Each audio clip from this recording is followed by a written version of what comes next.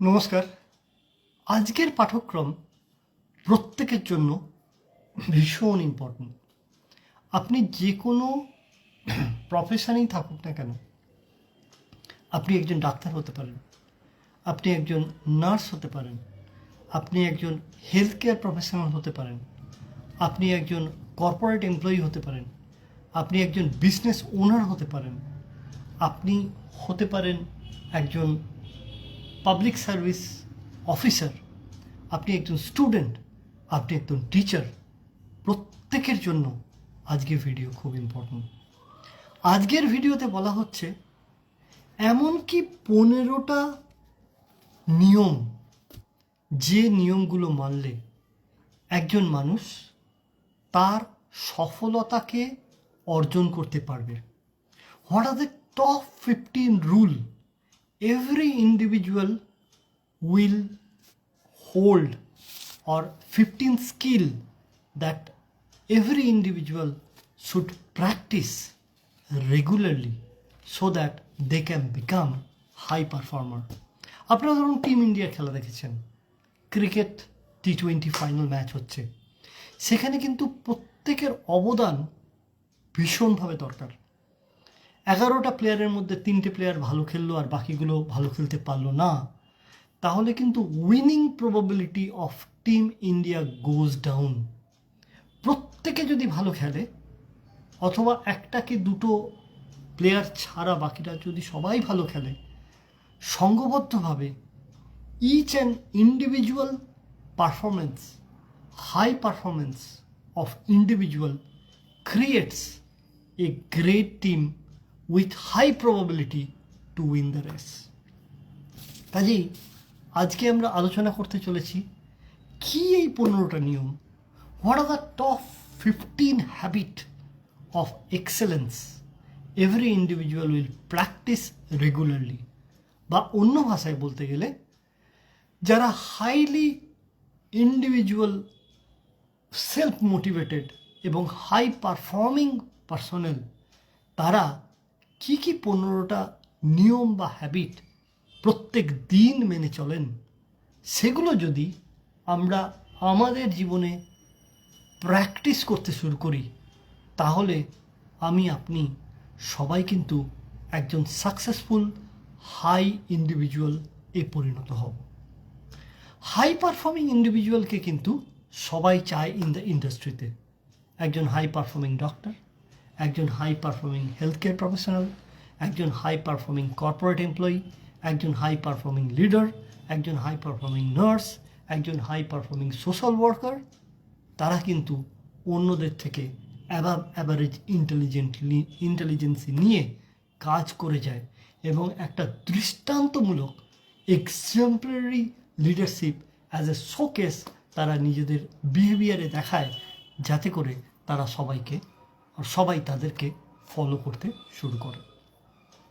দেখা যাক কি এমন তাদের মধ্যে বিশেষত্ব আছে যেগুলো ফলো করলে আপনিও কিন্তু একজন হাই পারফর্মিং ইন্ডিভিজুয়াল হবেন। Point number 1, they don't lose hope. তারা কিন্তু আশা ছাড়েন না।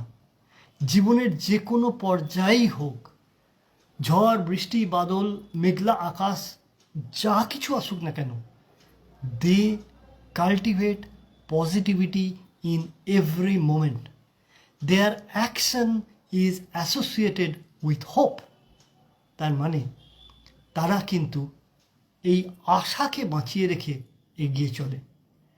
দে dream of their dream and take focus action so that their dream will be bigger. They cultivate culture, their pathway to grow, right? Then, first is they are driven by hope. They drive the hope, number 1. Number 2, they are flexible. Flexible মানে একটা রবারের pipe আছে, সেটা খুব hard হয়ে গেছে, সেটা দিয়ে কি কাজ চলবে? না, যেটা নড়ে সেটা দিয়ে ভালো কাজ চলবে, বাঁধা যাবে।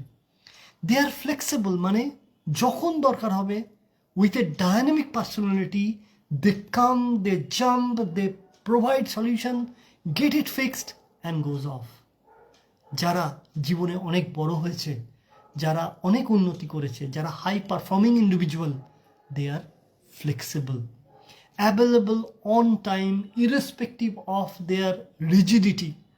মানে তারা, ও এটা তো আমার সময়ের মধ্যে নয়, আমি আর কাজ করব না, no, they are always available with dynamism. তারা জানে হোয়েন টু পজ, কখন সেটা সরিয়ে নিতে হয়, কখন সেটা এগিয়ে যেতে হয়। সো অ্যাসোসিয়েশন অ্যান্ড ডিসঅ্যাসোসিয়েশন, এই ব্যাপারটাকে তারা ফলো করে। Third, always active. কেননা ধরুন যে আপনি একজন প্রবলেম সলভারের কাছে যাচ্ছেন, আপনার অনেক প্রবলেম আছে, আপনি যখন সেটা নিয়ে বললেন তাকে, তিনি যদি আপনার প্রবলেমটা শুনে এরকমভাবে বসে থাকেন উইথ এ লো এনার্জি, তাহলে নিশ্চয়ই আপনি তার কাছ থেকে সাহস পাবেন না, আপনার ট্রাস্ট রিলেশনশিপ অত ভালোভাবে বিল্ড আপ হবে না। So they are always with high aura. ও কী হয়েছে, এ কিছু না, এইভাবে করুন, হয়ে যাবে, right? So they are always active. They know when to take rest, when to jump in, যেটা আগে বললাম। They always put extra focus on their quality of delivery. মানে তারা তার কাজটাকে সাধনা হিসেবে দেখে, এবং তারা যখন কোনো জিনিস দেয়, they give more for less. তারা এমনভাবে দেয় যারা নিচ্ছে তারা নিয়ে শেষ করতে পারে না। They always focus on the quality of delivery. Quality of delivery মানে কি? অন টাইম, আমার যখন চাই তার কিছুটা আগে দিয়ে দিল। উইদিন দি সেম বাজেট, আমার একটা কাজ করে দিল, আমার 50 টাকা হওয়ার কথা ছিল, 5,000 টাকার বিল করালো। নো, দে কানেক্ট দি ইমোশন। তারা বলে কেমন হয়েছে, আর কিভাবে করলে আরেকটু ভালো হবে। They give and take feedback. They are always higher energy on their than their client. And finally, they also see from a long-term perspective.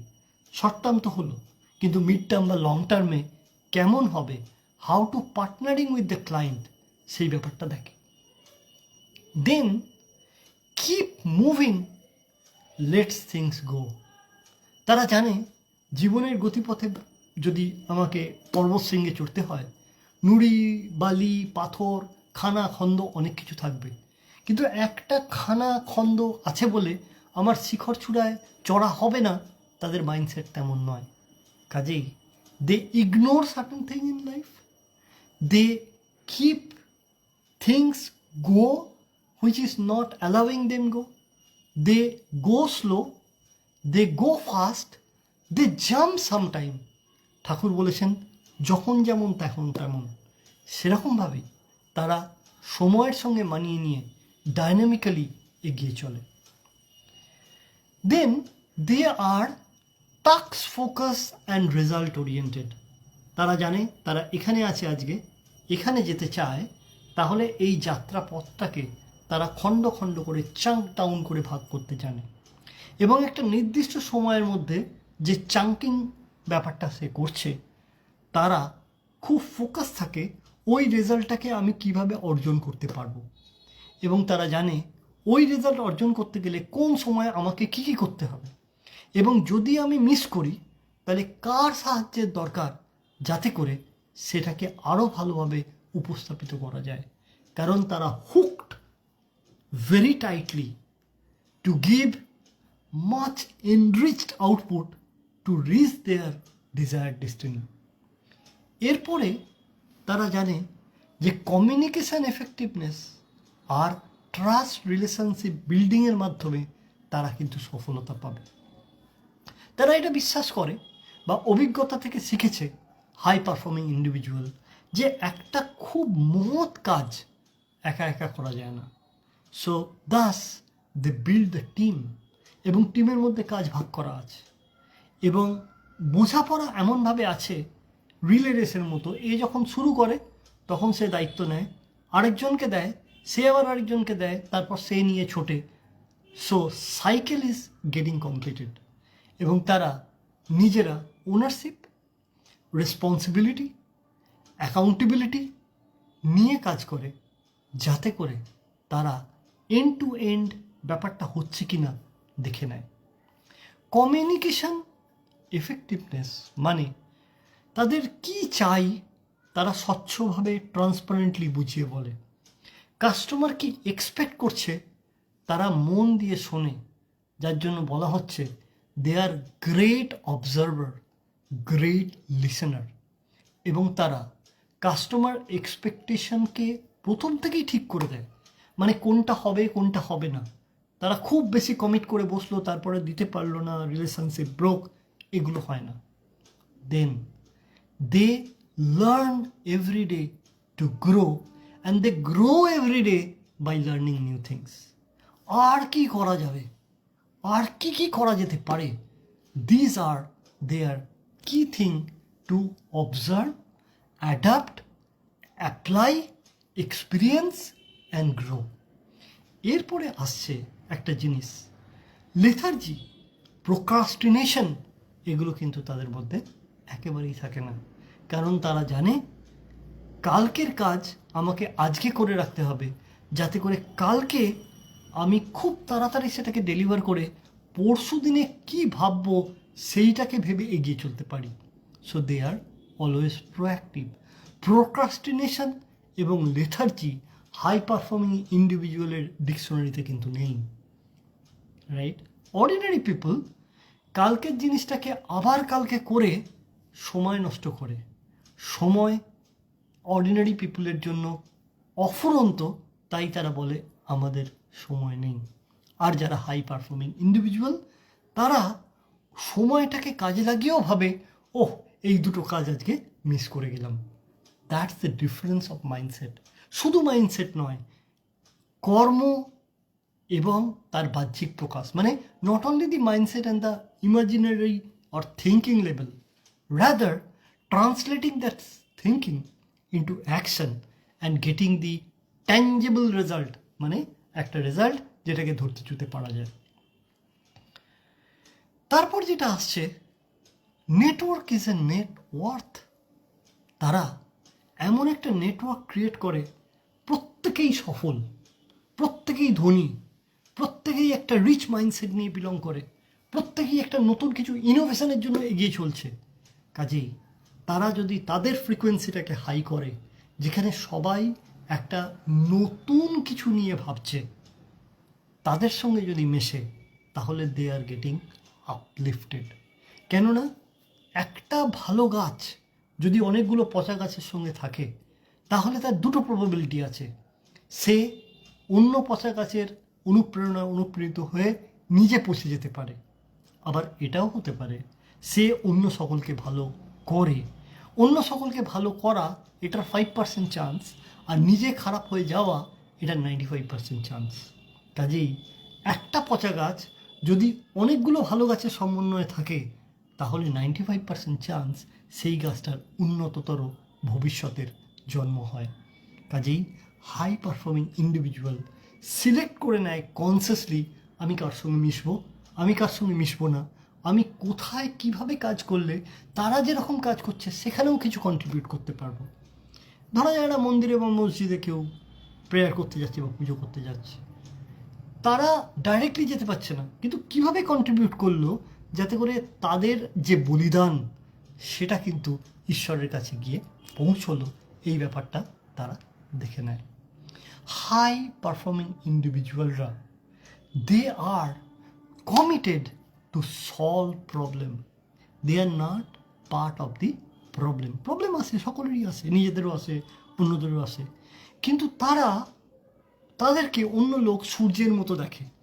সূর্যকে সবসময় যদি কালো মেঘ ভেসে যায়, আমাদের যেমন মনটা ভালো থাকে না, তেমনি তারা তেজোদীপ্তি দিয়ে সকলের উপকারের জন্য আছে, এবং প্রবলেমে তারা নিজেদেরকে সরিয়ে নেয়, দূর থেকে দেখে, যাতে করে সলিউশন অপশানগুলো তাদের কাছে পরিষ্কার হয়ে যায়। তারা সলিউশন অপশান দেয় এবং অন্যদেরকে আপলিফট করে, যাতে অন্যরাও খুব সহজে তাদের জায়গা থেকে একটা অন্য জায়গায় পরিণত করতে পারে। এবং তারা আরেকটা খুব গুরুত্বপূর্ণ ব্যাপার এ উন্নীত হয়, they go and grow by accompanying a great guru or mentor or teacher, right? Teacher ছাড়া তারা কখনোই ভাবে না একা একা আমরা অসাধ্য সাধন করতে পারব, কেননা এভরি ইন্ডিভিজুয়ালের মধ্যেই সমস্ত শক্তি লুকিয়ে আছে, এটা ধ্রুব সত্য। কিন্তু কোন সময় কোন সুইচটাকে অন করলে ফ্লারিশ করবে তার রেজাল্ট, এটা কিন্তু শিক্ষক, বাবা মা এবং যারা তার ভালো চায় তারা বলে। কিন্তু বাবা মা যেমন করে ছেলে মেয়েদের মানুষ করে, বাবা একজন পরম আরাধ্য শিক্ষক, মা একজন পরম আরাধ্যা শিক্ষিকা, তারা তাদের সবটুকু দিয়ে তাদেরকে গাইড করে। এটা হচ্ছে বেসিক ফাউন্ডেশন। তারপরে আসে teacher as a area of specialisation.